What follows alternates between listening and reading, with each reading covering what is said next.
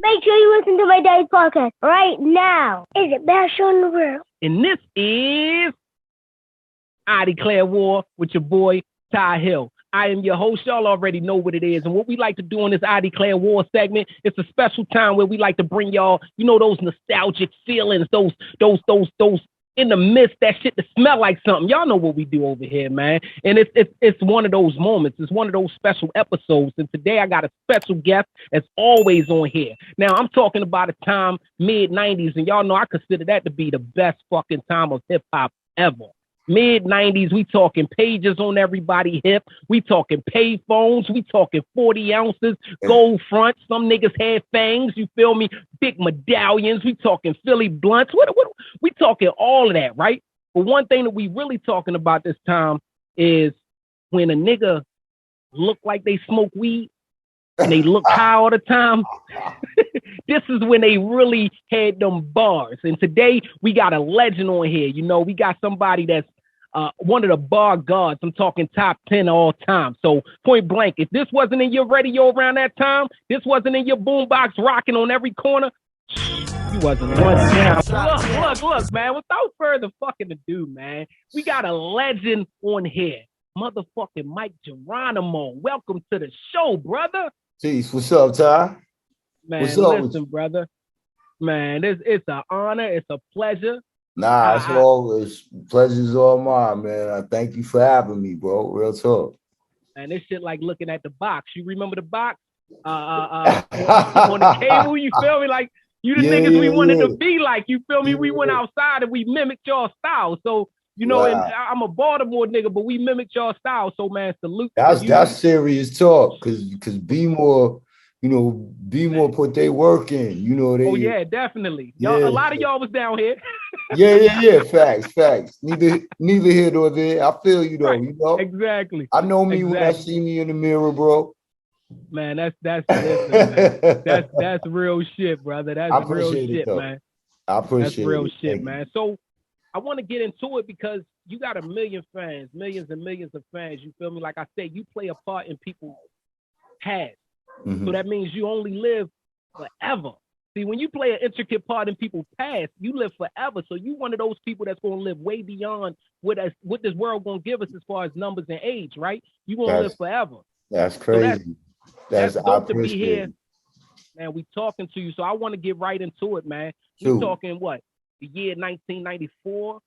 Round that time. You hook up with Irv Gotti. Yeah. Shout out to Irv Gotti. Shout out to Gotti. Man. What up, kid? What up? And y'all drop Shit's Real. Yeah. How did that come about? How did Shit's Real? And which was your first single? That's what we was just now listening to. Yeah.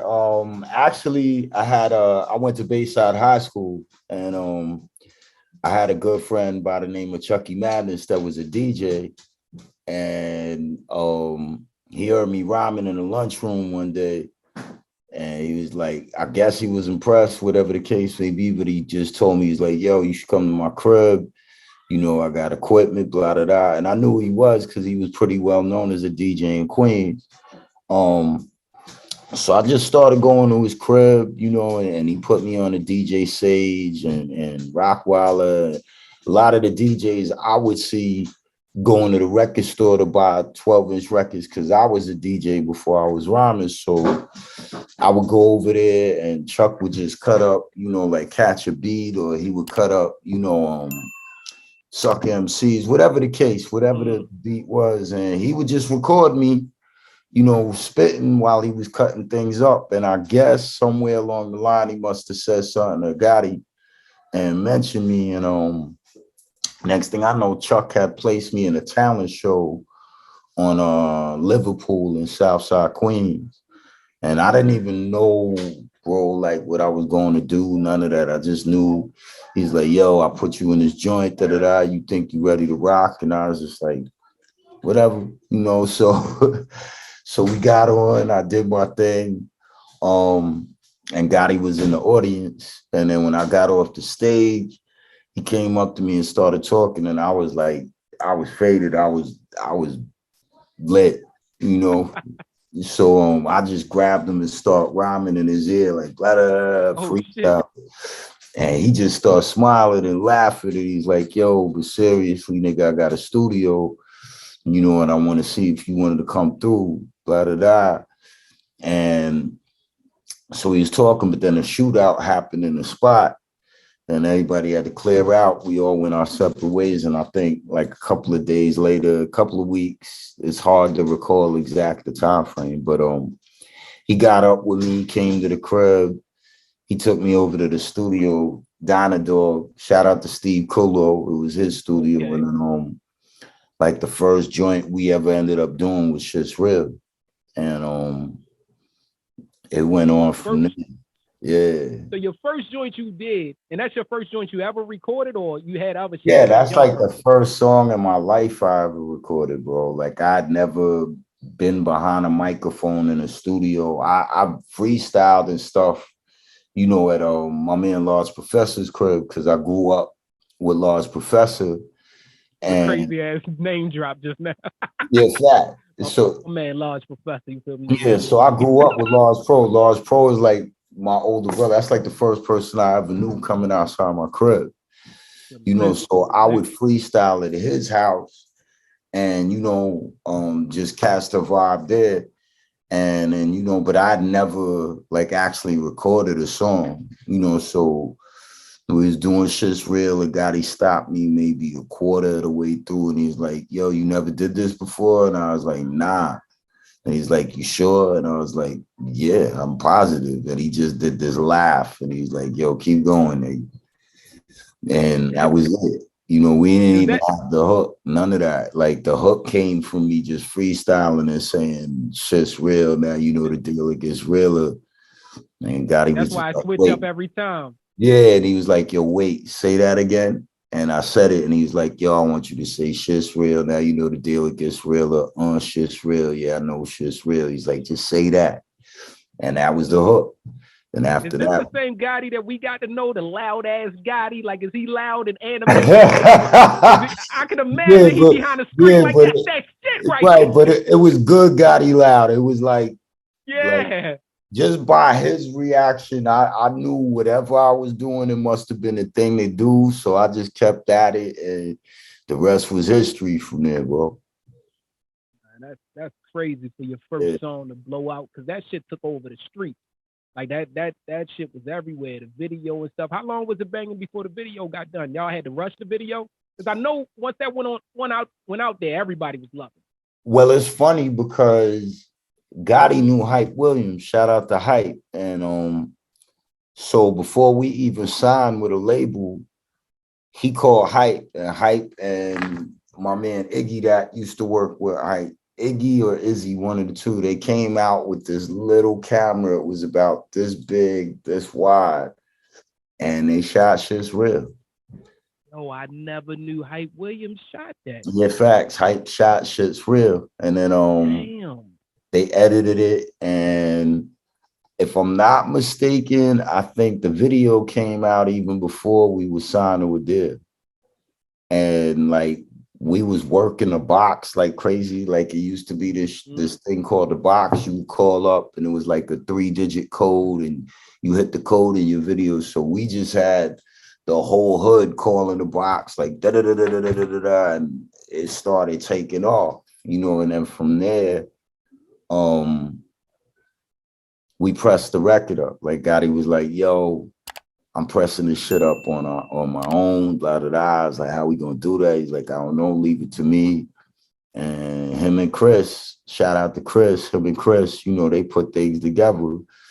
And we was just from there, we went to every club, we went to every DJ, we went to every watering hole, you know, hole in the wall spot you could find where they play music. If you was, you know, somebody made out in the streets and you had that whip and, you know, all the little G's followed after you, then we would hit them with the cassette, be like, yo, just play this in your car. And we just went to every barbershop, anywhere we could think of, and we just went hard and we promoted it on our own. And the next thing you know, labels started, you know, like making offers, and then it had came down to like, it was like a 3-way bidding war. And we met with TBT, Blunt Recordings.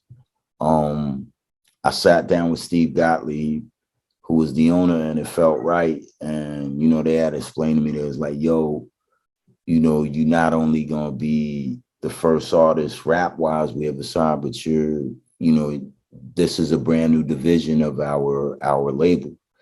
So you'll be the first MC to come out on this brand new rap label. And that was it. That was it. You know, we just went from there. So that's some blessings. That's some blessings. Yeah, facts. So I'm appreciative. You dropped the natural mm-hmm. the TVT, well, blunt / TVT, right? Right. On the natural, you had some real, you know, another name drops. You feel me? Some little familiar faces. You know, you had a Jay-Z on there. You had Ja Rule on there. DMX on there. Right. We was all young. People from around the way. You feel me? You know, couple, you know, couple of G's I know. You know. You know, so I met all of them through Gotti. He brought them to the table, and it was lit. We was just on from there. So I wondered, right, and it's a two-part question, right? Mm-hmm. Murder Inc. Before Murder Inc. became a label, mm-hmm. it was a rap group first, which was Jay, Ja, and X. Right. The first time we heard them though was on your album together. Right. Is that where the Murder Inc. was created, as far as that group? I think it may have had a part to play in it. I definitely think that was probably the genesis of all our sounds coming together. And I think with all our sounds coming together and Irv being the orchestrator he was, like, I definitely think it was like the genesis of, all right, this is the, like, these niggas is somebody. Like, it's gonna be something, and if I put them all together, and if they you know, they could branch off and do this and that, but if they all come together, you know, it's gonna be serious business. So he was right on all accounts, bro. He was just right about it, you know, and that was it. I feel like I think I'm always gonna credit that. I'm gonna credit that success and that greatness of all of those artists, including yourself, to that album. Naturally, you feel me? I'm gonna do that. I'm gonna do that because that's the first time I remember my hip hop heads. Y'all tell me something different. You feel me? But Streets is Watching wasn't out yet. So nah, it hadn't come out yet. Nobody was out. Nah, no one came out yet. I think. So I'm gonna credit that to you.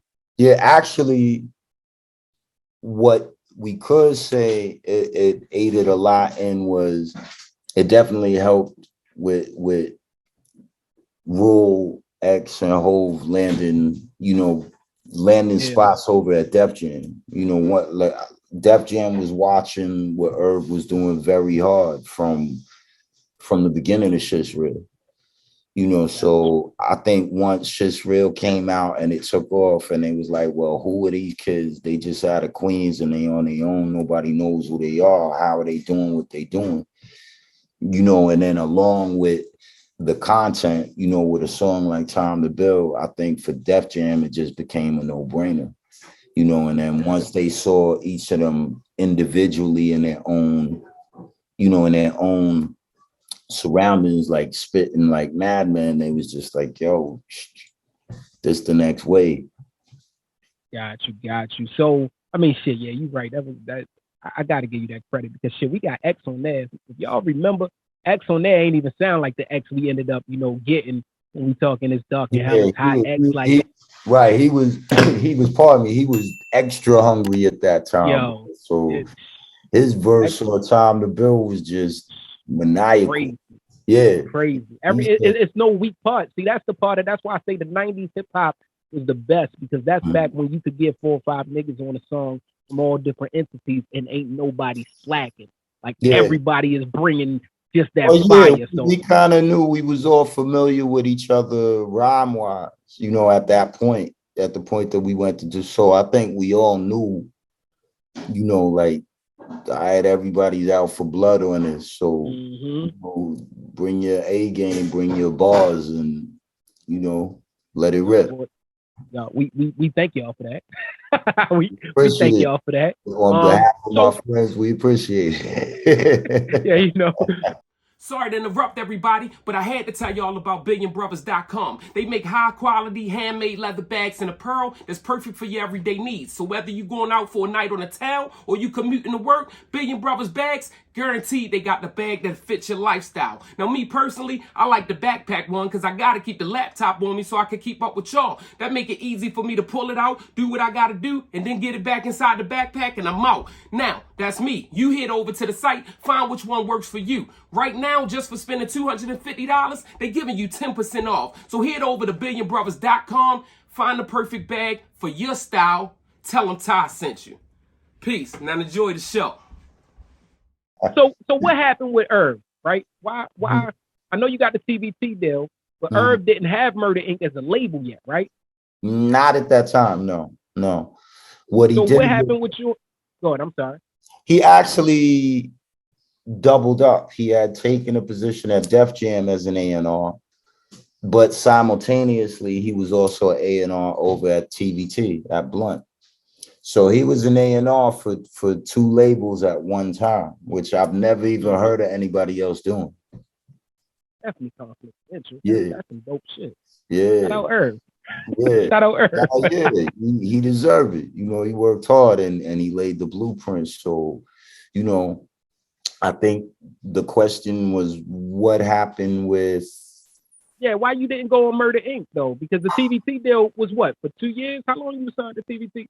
For TVT, I believe the deal was for 3 albums, and then there was an extension involved. Like they had the liberty to either extend the contract or it was something weird. Like it wouldn't have just been me upping and leaving, you know. So that was one part of it. The other part of it was there was a lot of tension between the executives at Def Jam and the executives at TVT. And, you know, we just got caught in the crossfire of it, meaning myself and Rule. You know, we kind of got entangled in that whole thing that they were going through. And because of it, there were certain things that, you know, they were like, legally, we'll let you do, legally, we won't let you do. And then I think the third part of it was, I think that sonically, Irv was still trying to figure out if we all fit together through a constant, you know, like to do one song is one thing, but to do an entire album that way, you gotta I guess he was like, would it all be cohesive? And at the time that it started to actually generate into becoming more than just the idea, we were all caught up in doing what we were doing. So I guess whatever was allowed to be done, that could be done with under those circumstances. You know, you got Murder Grand, you know, and then from there, you would really have to talk to Gotti more to find out the particulars. I'm gonna call that nigga up and see, man. I'm gonna hit that nigga up and see what we talking about. Look, so you being a part of, you know, one of Queens, I want to say pioneers. One of especially one of Queens' greats. There was so many greats from Queens, so it's hard to say pioneer because it started when you was still a shorty. So you feel me? But you being a part of that, you growing up to see the Juice Crew versus DDP. You get to see that beef, right? You get to see that whole hip hop war. You get to see Shan taking going against a whole borough by itself, representing Queens. You feel me? Juice Crew. Shout out. I talked to MC Shan today though. That is somebody. I actually said. So you got to see that, but you was young during that time, right? So fast forward, you got to see Queens again versus Brooklyn with the Jay-Z and the Nas beef. Tell me what that was like in Queens at that time. Like what first of all, who won? Oh man, come on. That's nigga like Queens all day. I pride myself on being a diplomat. So you know, I would just say that they both gave each other a very good run for their money. You know, they both did. For me, honestly, from a personal standpoint, it was a little awkward, I would say, because I know both of them, and I'm That's cool what I with was getting to. right, and I was cool with both of them, and so it's kind of like I never really wanted to choose sides, you know, and I just had to, on a personal side of things, just be like, you know, they two grown men. Hopefully, they could work it out, you know. But and there was a side of me that honestly I wasn't eager to see it because these is two brothers I know. Part of me, you know, that I came up with in one way or another. And so on a personal level, it was kind of awkward. Um, I'm not gonna say I didn't overstand, you know, but it's like I said, you gotta let men be men and you gotta let them get it out their system and handle it the best way they could. And my whole thing was as long as it didn't spill into nothing else past what it was, then you live to tell a tale. You see another day, the best man wins, life goes on. You feel me? So I just tried to remain as impartial as I could. And that was about it.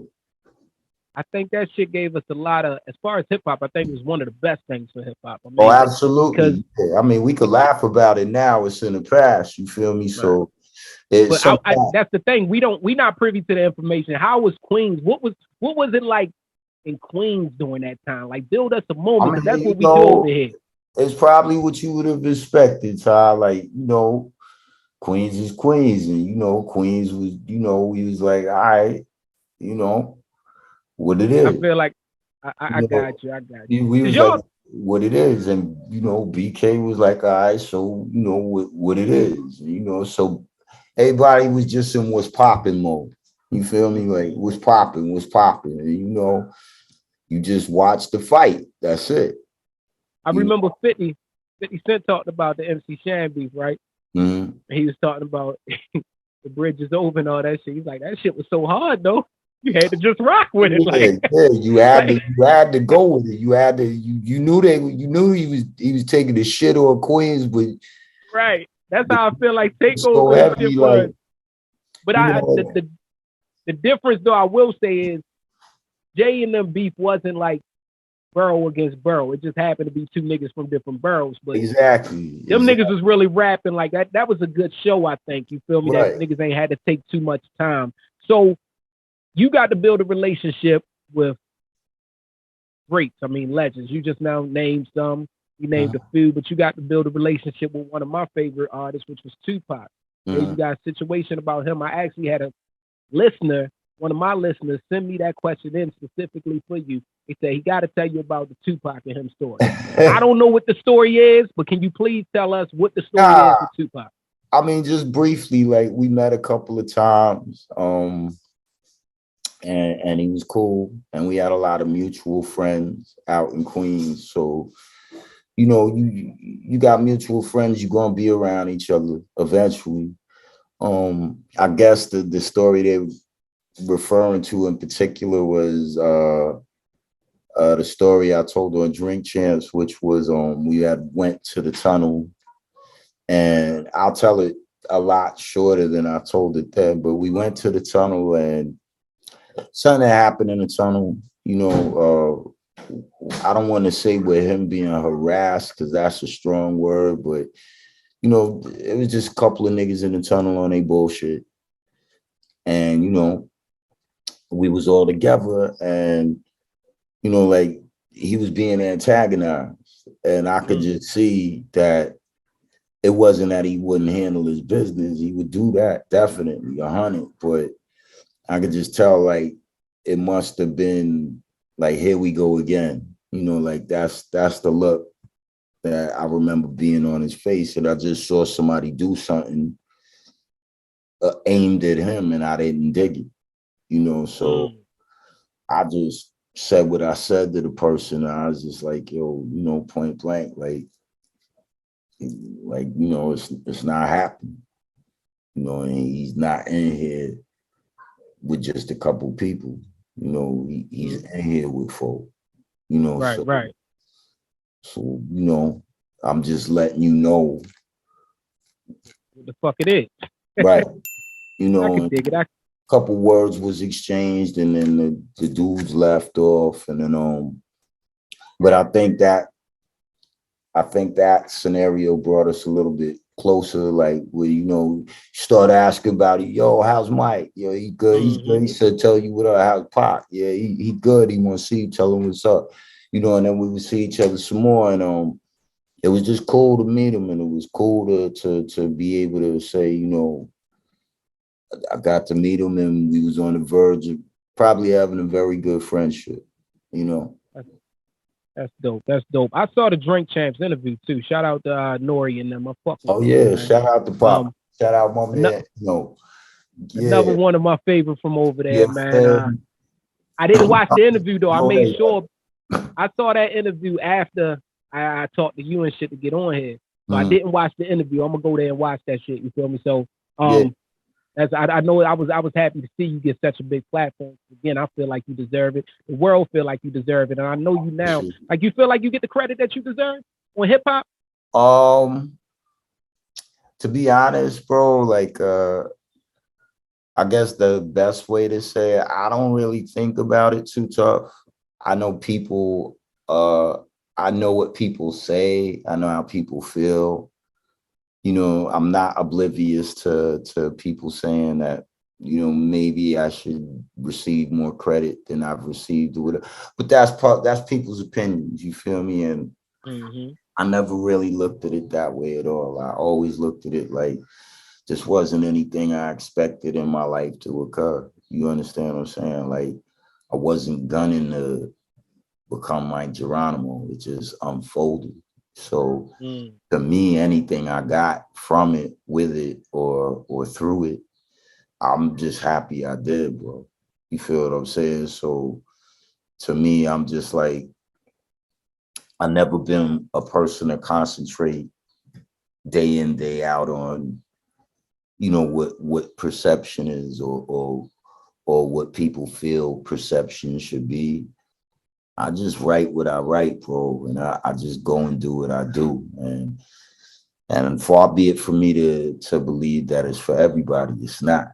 There's no one in this world that makes something for everybody, So I'm just thankful. And I just have gratitude for whatever I get out of it. How whoever listens to it. You gotta understand, like, Shit's Real was like not even in my thought process when I was coming up. Instead of saying, like, you'd have told me that's what I was going to end up doing, I'd have been like, right, get the fuck out of here, stop playing. So it's cool, and like I said, I take it all in stride, I mean, I think that's one of the things that we love about you, Dig. You've always been one of those low-key people. You ain't jumping in front of the screen trying to get us to see you type shit. It was one of those let my action. I think I know for a fact, I could count on hand the amount of interviews I've watched with you. Like, you ain't even an interview type person. You more of those. I appreciate it because you one of those, niggas that, look, my skills speak for itself. It is what it is. You can go listen to those albums, and it's all dope material. So I appreciate it. Do we have anything that we can expect? Hell yeah. Is Mike Geronimo done? What's next? What we doing, man? Oh, man. I'm actually finishing up the project now that I'm working on. Whether it's going to be my last or not, I can't rightfully say. I have a feeling it probably will be. I don't see myself doing this for years on end. But I have to be motivated. I have to feel something in order to write and express myself. So with that being said, shout out to my dad, rest in peace. My dad,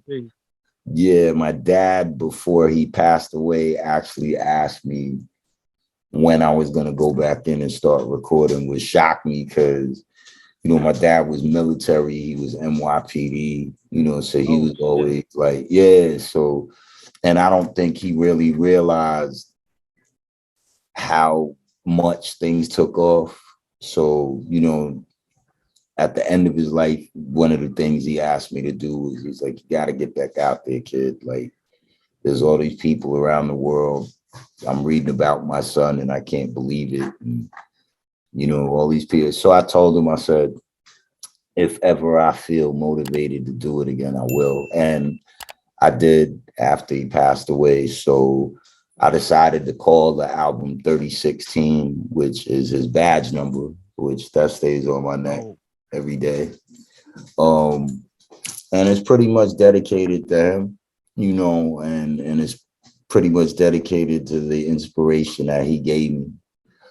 So I started recording, I want to say, ironically enough, maybe a year before Drink Champs. And at that point, I was just recording to get, you know, whatever it was out of my system musically that I wanted to get out of my system. Drink Champs happened and everything kind of accelerated. So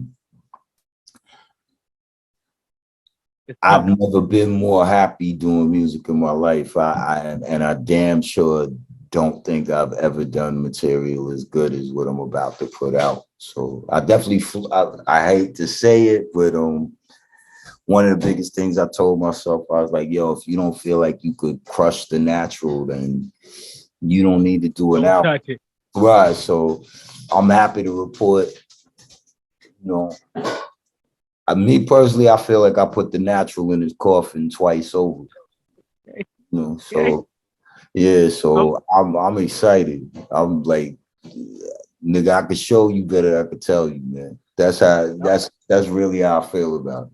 You know, I'm over here excited. So we say them numbers again. What is it called again? What it's going to be called again? 3016. Yeah. We waiting for 3016 for sure, man. Shout out to Pops, rest in peace. Yeah. Oh man, I know you're gonna do them proud, man. I know you're gonna do the fans proud. We've been waiting. This shit's gonna be incredible, man. Yeah, it is like there ain't no words for it. Ty, there's no words for it. What inspires Mike Geronimo though? Other than the situation, other than Pops, you feel me? Mm-hmm. What inspires you musically now? Like, you listening to anything? Oh yeah. I stay in tune, bro. I listen to a bunch of stuff. I listen to Dirk. I listen to Lil Baby, Roddy. I'm big fans of all three of them. Who else? I just jumped out the truck and was banging Push's joint. It's Almost Dry. So I love that joint. That's inspirational. I'm real excited about Kendrick getting ready to come back out. I'm a huge Kendrick Lamar fan, so he's inspirational. J. Cole the same way to me. Listen to Future. I think Drake and Weez is still some of the best to ever do it. You know, so really with me, blood, it depends on how I feel when I wake up. I might wake up and want to hear Drake. I might wake up and want to hear Dirk. I might wake up and want to listen to Van Halen. You know, it's just, I never restricted myself to any one genre of music. I always said to myself, if I could listen to it and if I could feel something from it, that's enough for me. You know, so I get inspired all over the place, bro. I get inspired by current events. I get inspired just watching people out in the world, like all of that. You know, my family, my kids, my wife, my friends, ordeals, you know, all those things are inspiration. So I just try to figure out, you know, where I'm placing all these things and how to put them all into a format of bars and just give it to them. You know, any name dropping as far as producers or artists that's going to be on 3016? Anything you could tell us yet? Yeah, I can't tell it all because I get in trouble a lot. Like lately, try to sneak that in. Yeah, I've been getting in a lot of trouble lately with, you know, shout out to Shampoo YVS. I see you, bro. My manager. Shout out to my sister Allie, Image PR. So between them two, they really strict on you can't say this, you can't say that. What I can say, I worked with some of the producers, Mr. Lee, who did a gang of stuff with Scarface. That's my brother. Shout out to Mr. Lee. Shout out to Face. Face is on the album with me, and that was a dream come true to work with him. Mob. Yeah, Face Mob on it for certain. Yeah, you know. So Pimp C, shout out to Pimp C, rest in peace. Rest in peace. Yeah, his people, they were very cool about us doing something, and I would have never in my life imagined I'd have a song with Pimp C with Jodeci. So it's actually Jodeci and Pimp C on the same joint. Oh, Shout out my my brother. man, yeah, shout out my man Rhythm D from Death Row fame. He produced a whole lot for early Death Row, and he did some work with Pac and stuff, and we linked, and I got to work with Battle Cat, DJ Battle Cat. Shout out to everybody out in the West, you know. Mm-hmm.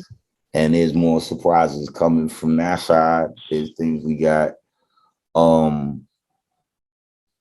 Shout out to Nipsey Hussle, rest in peace. You know, his people as well. They were incredibly cool. And I got a joint with Nip on the album. I got a lot of firepower. That shit, man, you're gonna have to hurry the fuck up. Yeah, and I'm like, I'm like, yo, shout out to Self Service who did What's My Name for DMX, and he did a bunch of toys for Cameron, aka Old Man, but that's family, you feel me? So we went in, Nature, shout out to Nate, you know, 98 Nate from the firm, that's my man. I be wondering where the fuck Nature is at, man. Nah, Nate is. You gonna Nate's a nigga like you though. Y'all real quiet, ain't never really give a fuck about the fame part.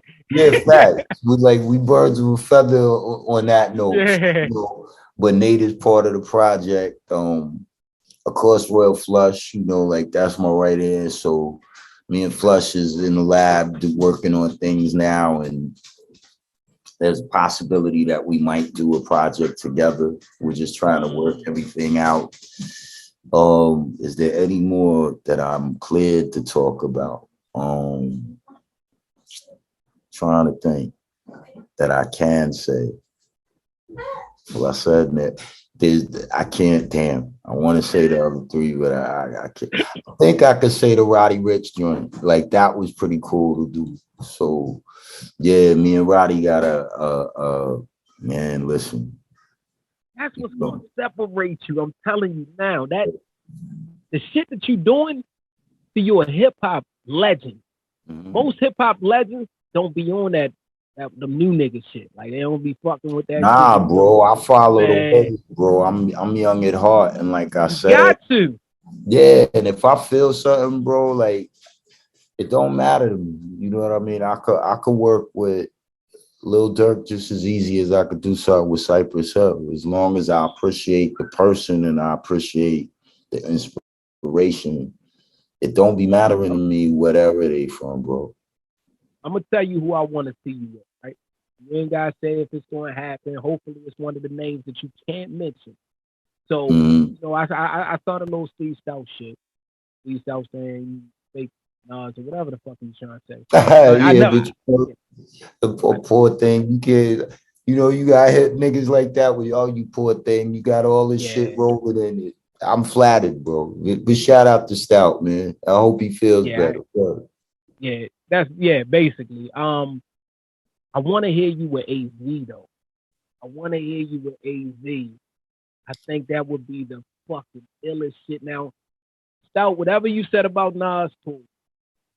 AZ though, I always feel like AZ is one of the most lyrical motherfuckers to ever exist. Oh, absolutely, he's a genius. AZ, you, AZ, and Quan. You remember Quan? You said Quan? Yeah. Shout out to Quan. Me and Quan got a joint too. So, you know, me and Quan actually did a joint for my man Doc Ish. Shout out to Doc Ish, the producer. But me and Quan. That's already out? Oh, yeah. It's called Skies of Gray. Man, I'm going to get that shit. I might actually use it as a bonus. You know, got to, because I ain't know shit about it. Yeah, fact. So I might use it as a bonus. But we'll see what develops. And as I said, I'm not finished yet. And it's wild because every day something else happens that I completely was not expecting. So, you know, it's like I can't even say that you might not get your wish, bro. You know what I mean? I can't even say. That's all I needed. Oh, yeah. That's all I needed, man. Look, I know you out there. It's I know full you of out love. there with the family today, man. I know you doing your family thing, and we sorry to interrupt. I want to thank you, brother. I want to thank you, Yo, Todd, come on, man. You man. come right over if you want right now, kid. This is what we Man, do at the McDermott house, kid. You know what I mean? look, brother.